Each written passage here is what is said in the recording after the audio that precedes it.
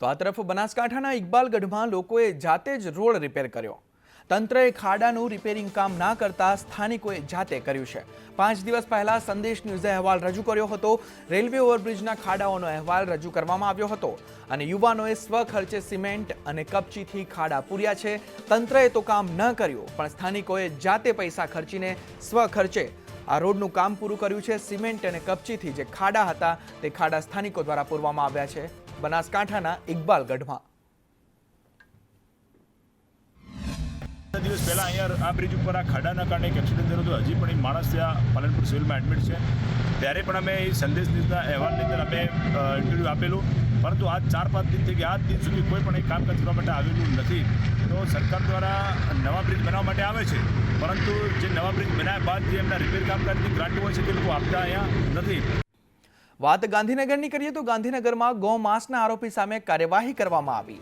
ગૌમાંસના આરોપીના ગેરકાયદેસર મકાન પર બુલડોઝર ફરી વળ્યું છે. માણસાના જામડાનો આરોપી ગૌમાંસ સાથે ઝડપાયો હતો. હવે તેના ગેરકાયદેસર બાંધકામ પર બુલડોઝર ફેરવી દેવામાં આવ્યું છે. સ્થાનિક પોલીસને સાથે રાખીને આ કાર્યવાહી હાથ ધરવામાં આવી. લાલાભાઈ સેનમાના મકાન પર બુલડોઝર ફરી વળ્યું છે. સરકારી જગ્યામાં 2 માળનું પાકું મકાન બાંધ્યું હતું અને ગૌમાંસના કેસમાં પકડાયા બાદ તે આરોપીના ઘર પરથી જે સરકારી જમીનમાં દબાણ હતું તે દૂર કરવામાં આવ્યું છે.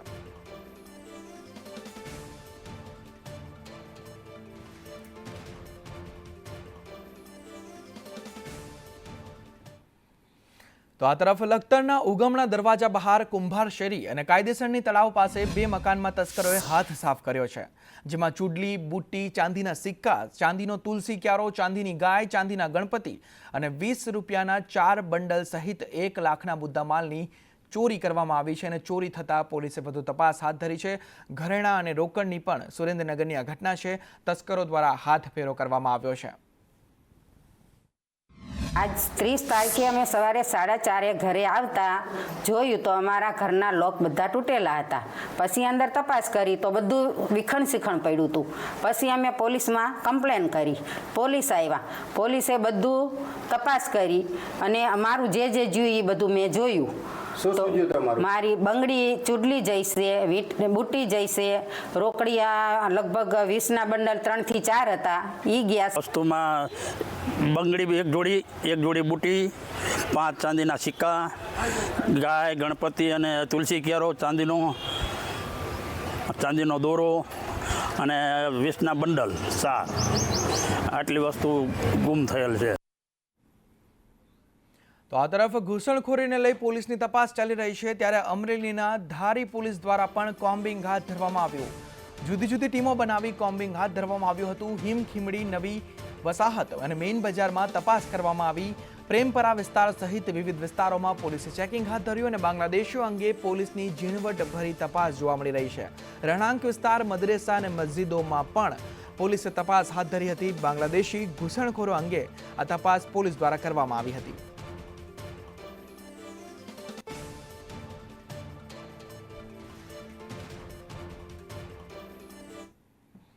તો આ તરફ જંબુસરના ઇસ્લામપુરમાં દરિયાના પાણી ઘૂસી આવ્યા અને સંદેશ ન્યૂઝના અહેવાલ બાદ તંત્ર દોડતું થયું. મામલતદાર, ટીડીઓ ઇસ્લામપુર દોડી આવ્યા હતા. દરિયાના પાણીને રોકવાની કામગીરી હાથ ધરવામાં આવી.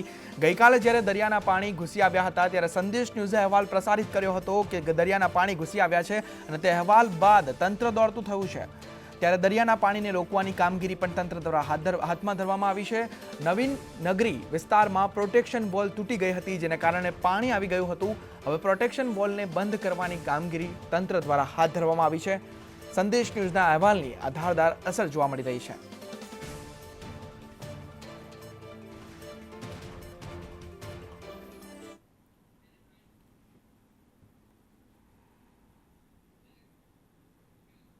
તો આઈએનએસ સુરત જહાજ જે છે તે સુરતના હજીરા પોર્ટ પર આવશે.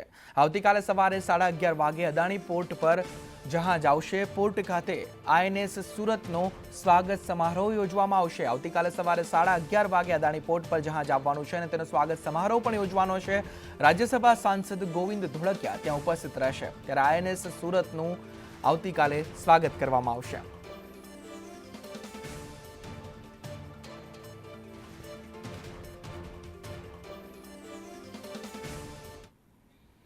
વાત જૂનાગઢની કરીએ તો જૂનાગઢમાં બરવાળા સીમ વિસ્તારમાં દીપડાનું મોત થયું. ડેડકડી રેન્જના કનેડીપુરમાં, જે ડેડકડી રેન્જનું કેનેડીપુર છે તેમાં આ બનાવ બન્યો છે. દીપડાના શિકાર માટે ફાંસલો ગોઠવવામાં આવ્યો હતો અને તેનો શિકાર કરવામાં આવ્યો, જેના કારણે દીપડાનું મોત નીપજ્યું છે. વન વિભાગ દ્વારા 2 આરોપીની ધરપકડ કરવામાં આવી છે અને સમઢિયાળા ગામના 2 ખેત મજૂરો જેલ હવાલે કરવામાં આવ્યા છે, કેમ કે તે લોકોએ દીપડાનો શિકાર કર્યો છે અને જેને લઈ આ કાર્યવાહી હાથ ધરવામાં આવી છે અને તે બંને આરોપીને જેલ હવાલે કરવામાં આવ્યા છે. તો આ તરફ સોમનાથ અર્બન ડેવલપમેન્ટ ઓથોરિટીના અધ્યક્ષે નિવેદન આપ્યું છે. અધ્યક્ષે તેમના નિવેદનમાં જણાવ્યું હતું કે સુડા અંગે સરકાર દ્વારા જાહેરનામું પ્રસિદ્ધ કરી દેવાયું છે, જેમાં બાંધકામ સહિત વિકાસ પરવાનગીની સત્તા નગરપાલિકાના બદલે હવે સુડા SUDA સુડાને સોંપવામાં આવી છે, જેમાં વેરાવળ પાટણ શહેર સહિત 12 ગામનો સમાવેશ થાય છે. ત્યારે વહેલી તકે ઓથોરિટીની બોર્ડની મીટિંગ મળશે અને નાગરિકોને બાંધકામ તેમજ વિકાસ પરવાનગીને લઈ અગવડતા ના પડે તેની ખાસ તકેદારી લેવાશે. ત્યારે સુડાની રચનાના પગલે યાત્રાધામ સોમનાથ સહિત આજુબાજુના ગ્રામ્ય વિસ્તારમાં સમુચિત વિકાસ પ્રથમ બોર્ડ મીટિંગ બોલાવી આ અંગે રિઝોલ્યુશન પસાર કરી સરકારનું માર્ગદર્શન પણ મેળવશે. સોમનાથ જે પવિત્ર યાત્રાધામ છે અને દર વર્ષે લાખોની સંખ્યામાં યાત્રાળુઓ આવતા હોય છે, તો સોમનાથ અને એને આનુષંગિક વ્યવસ્થિત વિકાસ થાય એટલા માટે શહેરી વિભાગ દ્વારા નોટિફિકેશન બહાર પાડી અને સોમનાથ અર્બન ડેવલપમેન્ટ ઓથોરિટીની રચના કરવામાં આવે છે, જેમાં હયાત જે મ્યુનિસિપલ એરિયા છે સોમનાથ પ્રભાસ પાટણ, વેરાવળ પ્રભાસ પાટણ, એ પ્લસ બીજા આજુબાજુના 12 ગામો એમાં સમાવેશ કરેલ છે. હાલ અત્યારે જે તાત્કાલિક અસરથી એમાંની રચના થઈ ગયેલો હોય, જે પણ પ્લાન પાસ કરવા માટે આવ્યા છે નગરપાલિકામાં તેમજ ડિસ્ટ્રિક્ટ ટાઉન પ્લાનર પાસે, એ તમામ પ્લાનની હવે એ લોકોને સત્તા રહેતી ન હોય એ ઓથોરિટી દ્વારા એ કાર્ય કરવામાં આવશે. તો આ તરફ સૌરાષ્ટ્ર અને ગુજરાતમાં ચોમાસાના વરસાદના વર્તારા માટે અનેક પદ્ધતિઓ પ્રાચીન કાળથી પ્રચલિત છે. આ પદ્ધતિઓમાં આજ સુધી ખાસ કરીને ગામડાના ખેડૂત વર્ગમાં વિશ્વાસ બંધાઈ રહ્યો છે. તે પૈકી સાયલાના સેજેકપરમાં અખાત્રીજના દિવસે વરસાદનો વર્તારો જોવાની પરંપરા આજે યથાવત છે. પ્રજાપતિ પરિવાર દ્વારા નવી માટી લાવીને ચાકડા ઉપર નવી 4 નાની નવી મટકી એટલે કે કુરડી બનાવે છે, જેમાં જે માસની મટકી જેટલી ઝડપી ઓગળી જાય એ માસમાં વરસાદ સારો થાય છે, એવી લોકોમાં માન્યતા છે. ત્યારે આજે અષાઢ તથા શ્રાવણ માસની કુરડી ઝડપથી ઓગળી ગઈ હતી, જ્યારે બાકીના 2 માસની મટકી પાછળથી ઓગળી હતી. એટલે કે અષાઢ અને શ્રાવણમાં સારો વરસાદની સંભાવના છે, તો ભાદરવો આસોમાં ઓછો વરસાદ થવાનું અનુમાન પણ છે.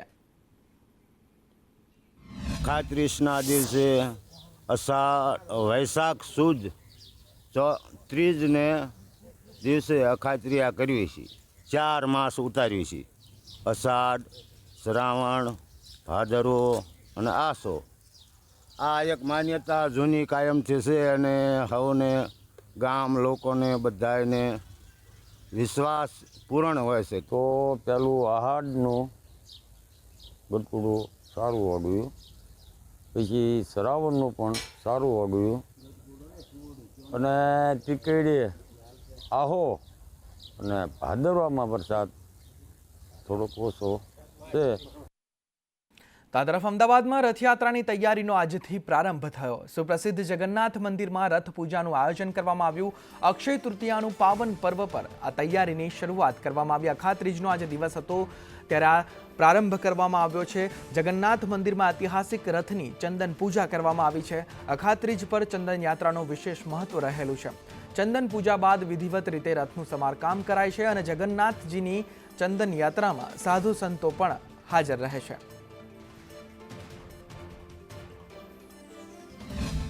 અક્ષય તૃતીયાના દિવસે ભગવાન જગન્નાથજી, બહેન શ્રી સુભદ્રાજી, ભાઈ શ્રી બલરામજી ત્રણેયના રથોની પૂજન અર્ચન વિધિ વર્ષોથી પરંપરા પ્રમાણે થતી હોય છે. આજના પવિત્ર માંગલ્ય દિવસે ભગવાન જગન્નાથજીની સાનિધ્યમાં ત્રણેય રથોનું પૂજન અર્ચન વિધિ અક્ષય તૃતીયાના દિવસે વર્ષોની પરંપરા પ્રમાણે આજે કરવામાં આવેલ છે અને આ ભગવાનની આજથી રથયાત્રાના કાર્યનો પ્રારંભ થતો હોય છે. દિલીપદાસજીની ઉપસ્થિતિ અને સંત મહંતો અને અન્ય મહાનુભાવોની ઉપસ્થિતિમાં આજે રથ પૂજન કરવામાં આવ્યું છે.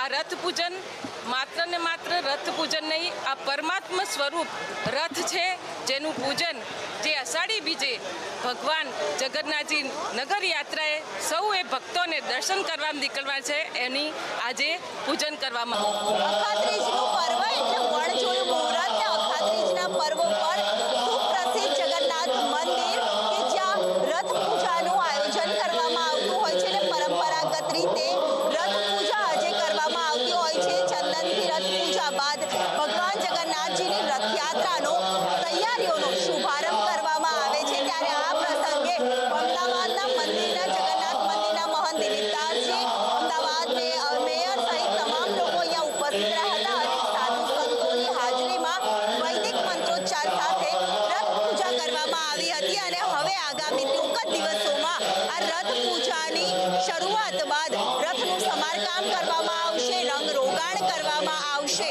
અને તે બાદ તમામ જે રથ પૂજા સાથે અહીંયા હવે રથયાત્રાની તૈયારીઓનો પ્રારંભ છે તે કરવામાં આવશે। ખૂબ વિશેષ મહત્વ ચંદન યાત્રાનું પણ રહેલું છે। કેમેરામેન હર્ષ શર્મા સાથે દિવ્યા ચૌહાણ, સંદેશ ન્યૂઝ, અમદાવાદ। તો અક્ષય તૃતીયાના દિવસથી દ્વારકામાં ભગવાન દ્વારિકાધીશને વાઘાનો શણગાર કરાશે, જેમાં ભગવાનને ગરમી ન લાગે એ માટે દર વર્ષની જેમ પૂજારી પરિવાર દ્વારા ચંદન વાઘાનો શણગાર કરવામાં આવશે, જેના કારણે ભગવાનને ગરમી ન લાગે। ત્યારે વૈશાખ સુદ 3 થી અષાઢ સુદ 1 સુધી સતત 2 મહિના ચાલશે, પરંતુ જગત મંદિરમાં ચંદન વાઘાના દર્શન વર્ષમાં માત્ર અક્ષય તૃતીયાના દિવસે જ થાય છે।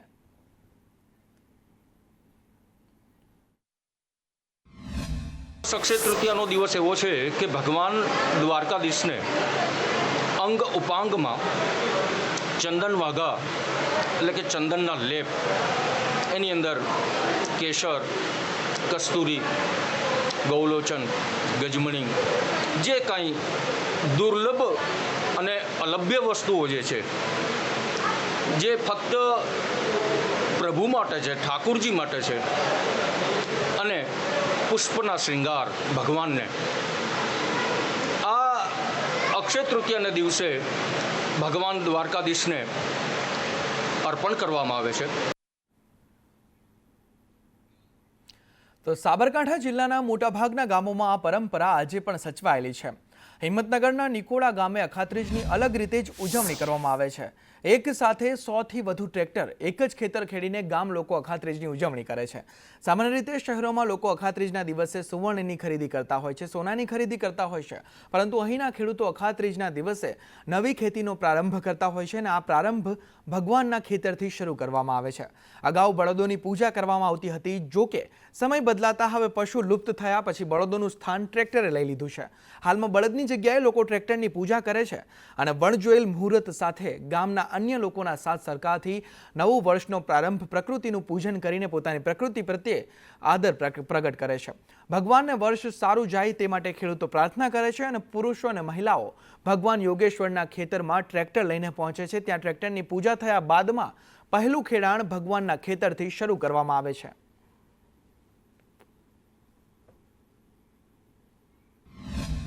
અત્યારના યુગમાં બળદ નીકળી ગયા, હવે આધુનિક યુગમાં પણ ટ્રેક્ટરો આવ્યા।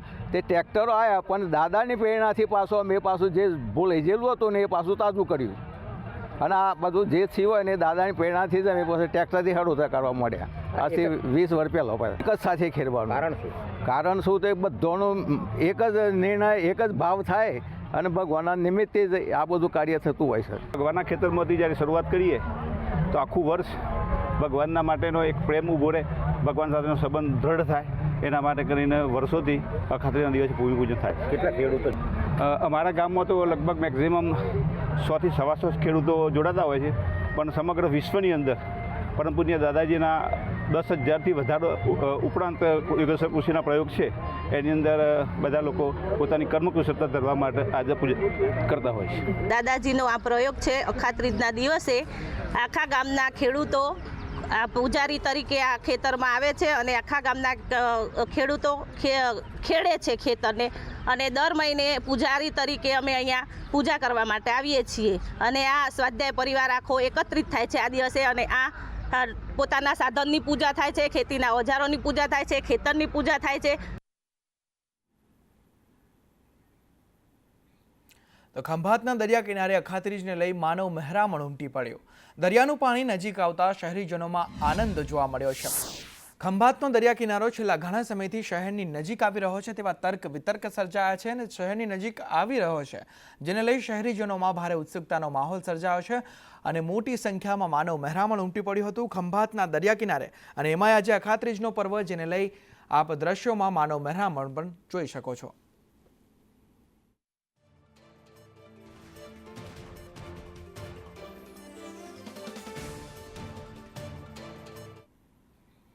તો એક મહત્વના સમાચાર સામે આવ્યા કે અમૂલ દૂધે ભાવમાં વધારો કર્યો છે. અમૂલે દૂધના ભાવમાં પ્રતિ લીટર 2 રૂપિયાનો વધારો કર્યો છે. અમૂલ ગોલ્ડ, અમૂલ તાજા અને અમૂલ શક્તિનો તેમાં સમાવેશ થાય છે. અમૂલ તાજા નાના પાઉચ સિવાય તમામ દૂધમાં ભાવમાં પ્રતિ લીટર 2 રૂપિયાનો વધારો ઝીંકવામાં આવ્યો છે. અમૂલ દૂધના જે તાજાના નાના પાઉચ છે તેમાં વધારો નથી કરવામાં આવ્યો, પણ પ્રતિ લીટર જે છે તેમાં 2 રૂપિયાનો વધારો ઝીંકવામાં આવ્યો છે. અમૂલના નવા ભાવ પ્રમાણે અમૂલ ગોલ્ડ 500 મિલીમાં 33ના જે ભાવ હતા તે હવે 34 રૂપિયા થયા છે. અને અમૂલ તાજાની વાત કરીએ તો 500 મિલીના જે 27 ભાવ હતા તે વધીને હવે 28 થયા છે. અમૂલ શક્તિ 500 મિલીના 30થી વધીને ભાવ હવે 31 રૂપિયા થયા છે. અમૂલ તાજા નાના પાઉચ સિવાય તમામ દૂધમાં પ્રતિ લીટર 2 રૂપિયાનો વધારો ઝીંકવામાં આવ્યો છે. અમૂલે દૂધના ભાવમાં વધારો કર્યો છે, જે મધ્યરાત્રિથી તે ભાવ લાગુ પડશે. આવતીકાલથી જ ભાવ લાગુ પડી જવાના છે.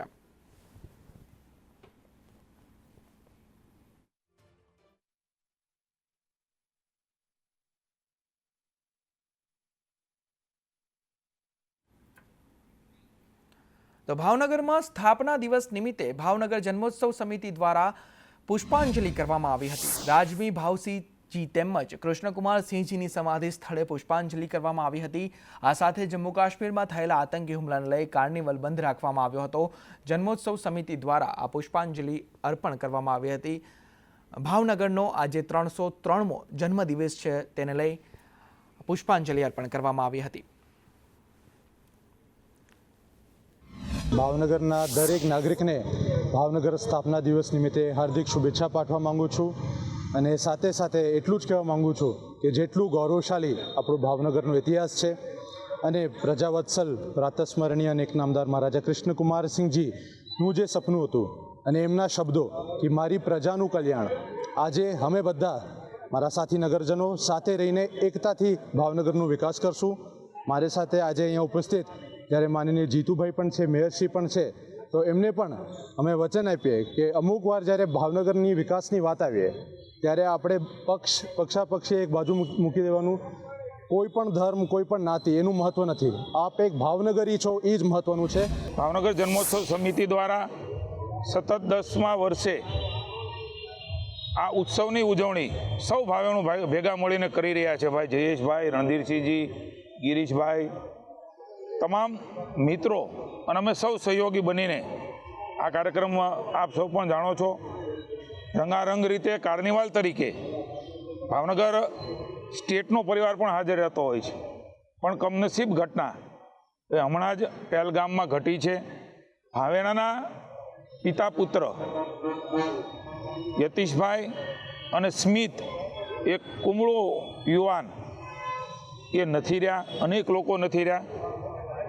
સમગ્ર દેશ એની નિંદા કરે છે.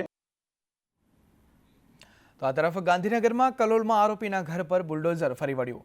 જામડા ગામમાં કતલખાનું ચલાવનારનું મકાન તોડી પાડવામાં આવ્યું છે. પોલીસના ચુસ્ત બંદોબસ્ત વચ્ચે કતલખાનું જે ચલાવી રહ્યો હતો તેના મકાન પર બુલડોઝર ફેરવી દેવામાં આવ્યું છે. જામડાના સેનમાં વાસમાં મામલતદારની આ કાર્યવાહી છે. મકાનમાં ગાયોની કતલ કરીને ગૌમાંસ વેચવામાં આવતું હતું. પોલીસે મકાન માલિક સહિત 3ની ધરપકડ કરી મકાન માલિકને નોટિસ ફટકાર્યા બાદ આ કાર્યવાહી કરવામાં આવી છે. પોલીસના ચુસ્ત બંદોબસ્ત વચ્ચે કતલખાનું ચલાવનાર આરોપીના ઘર પર બુલડોઝર ફરી વળ્યું છે. તેનું બાંધકામ તોડી પાડવામાં આવ્યું છે. એક પાકા રહેણાંકના મકાન ટાઈપનું મકાન બનાવી તેની અંદર ગ્રાઉન્ડ ફ્લોર ઉપર ગેરકાયદેસર ગાયોની કતલ થતું હોવાનો ગુનો કલોલ પોલીસ સ્ટેશનમાં નોંધાયેલો. જમીન મહેસૂલ કાયદાની કલમ 202 હેઠળ દિન 3માં દબાણ દૂર કરવાનું કહેલું. તેમ છતાં પણ દબાણ દૂર ન થતાં આજે 30 તારીખના રોજ તેઓના ખર્ચે અને જોખમે દબાણ દૂર કરવાનો કાર્યક્રમ રાખેલો છે. તો આ તરફ રાજ્યના મહેસૂલ વિભાગના કર્મીઓ માસ સીએલ પર ઉતર્યા. અમદાવાદમાં કલેક્ટર કચેરીએ કર્મચારીઓએ વિરોધ પણ નોંધાવ્યો. પડતર માંગણીઓ પૂર્ણ નહીં થતા કર્મચારીઓ રોષે ભરાયા અને વિરોધ નોંધાવ્યો. ત્યારે સિનિયોરિટી નક્કી કરી મામલતદારના પ્રમોશન આપવા પણ માંગ કરવામાં આવી છે અને ક્લાર્કના સંબંધમાં કર્મચારીઓને પ્રમોશન આપવા પણ માંગ કરવામાં આવી છે અને તે પડતર માંગણીઓના કારણે વિરોધ કરવામાં આવી રહ્યો છે, પ્રદર્શન કરવામાં આવી રહ્યું છે. મહેસૂલી કર્મચારી મંડળ દ્વારા આ પ્રદર્શન કરવામાં આવી રહ્યું છે. 2012માં સીધી ભરતીથી નાયબ મામલતદાર તરીકે ફરજમાં દાખલ થયેલ કર્મચારીઓની આજ દિન સુધી સિનિયોરિટી બનેલ નથી, જે ઘણા વર્ષોથી અમારી રજૂઆત છે પણ આજ દિન સુધી પેન્ડિંગ છે. બીજો મુદ્દો અમારો એવો છે કે ઘણા કર્મચારીઓ રેવન્યુ તલાટી, ક્લાર્ક અને નાયબ મામલતદારના જિલ્લા બદલીની અરજીઓ વિભાગ કક્ષાએ પેન્ડિંગ છે, તેનો સત્વરે નિકાલ કરી અને એમની અરજીઓનો યોગ્ય ન્યાય આપવામાં આવે. ત્યારબાદ 2015ના ક્લાર્ક કક્ષાના કર્મચારીઓની નાયબ મામલતદારના પ્રમોશનની એક માંગણી છે, જે ઘણા સમયથી પેન્ડિંગ છે, તે સત્વરે નિકાલ કરે એવી અમારે વિભાગને ઘણા સમયથી રજૂઆત છે. તે સિવાય એક મુખ્ય મુદ્દો એવો છે કે હમણાં વિભાગ દ્વારા 157 નાયબ મામલતદારની બદલીઓ કરવામાં આવી, જિલ્લા બદલીઓ, જેમાં ઘણા બધા એવા ઓર્ડર છે કે જે કોઈ અરજી નથી કે એમની કોઈ સંમતિ નથી લેવામાં, એમને સીધી બદલી કરવામાં આવી છે. વાત વડોદરાની કરીએ તો વડોદરાના કુંઢેલા ગામના લોકોએ હલ્લાબોલ કર્યો. રેલવે ફાટક નંબર 18 બંધ કરતા લોકોએ હલ્લાબોલ કર્યો. લોકોએ વિરોધ નોંધાવ્યો છે. રેલવે ફાટક નંબર 18 ચાલુ રાખવા લોકોએ માંગ કરી છે. ત્યારે ફાટક બંધ થતાં 15 ગામને જોડતો રસ્તો પણ બંધ થયો છે, જેના કારણે લોકોને હાલાકી વેઠવાનો વારો આવ્યો છે. હોબાળાના પગલે રેલવેના અધિકારી દોડી આવ્યા હતા અને પ્રાંત અધિકારીએ પણ કુંઢેલા ગામની મુલાકાત લીધી છે અને ફાટક બંધ થતાં 15 ગામને જોડતો રસ્તો બંધ થઈ ગયો અને તેના કારણે લોકોએ હલ્લાબોલ કર્યો છે. આ ફાટક જ્યારે બંધ કરવામાં આવશે તો અમને એક પ્રપોઝ રોડની વાત કરી છે કે સાઈડમાંથી એક 80-70 નંબરથી અમને એક બીજો રોડ આપવાની, ડાયવર્ઝન રોડ આપવાની વાત કરે છે. હવે એ રોડ એવો છે કે જે વરસાદી પાણીના નિકાલનું જે જગ્યા હતી, કાસ હતી, એની પર એ લોકો રોડ લેવલથી 4-5 ફૂટ નીચે રોડ બનાવેલો છે, જ્યાં ચોમાસામાં 4 મહિના તો સતત પાણી જ ભરાઈ રહે છે. તો એમ પણ અમારું ગામ અને આજુબાજુના જે 25,000 જેટલા વ્યક્તિઓ છે એમ પણ બહારની દુનિયાથી કટ ઓફ થઈ જવાના છે ચોમાસામાં. એટલે અમારી માંગ એ છે કે આ જે રોડ છે, LC 18 નંબર છે, એ કોઈ પણ કાળે બંધ ના થાય. આની પર એ લોકો બ્રિજ બનાવે.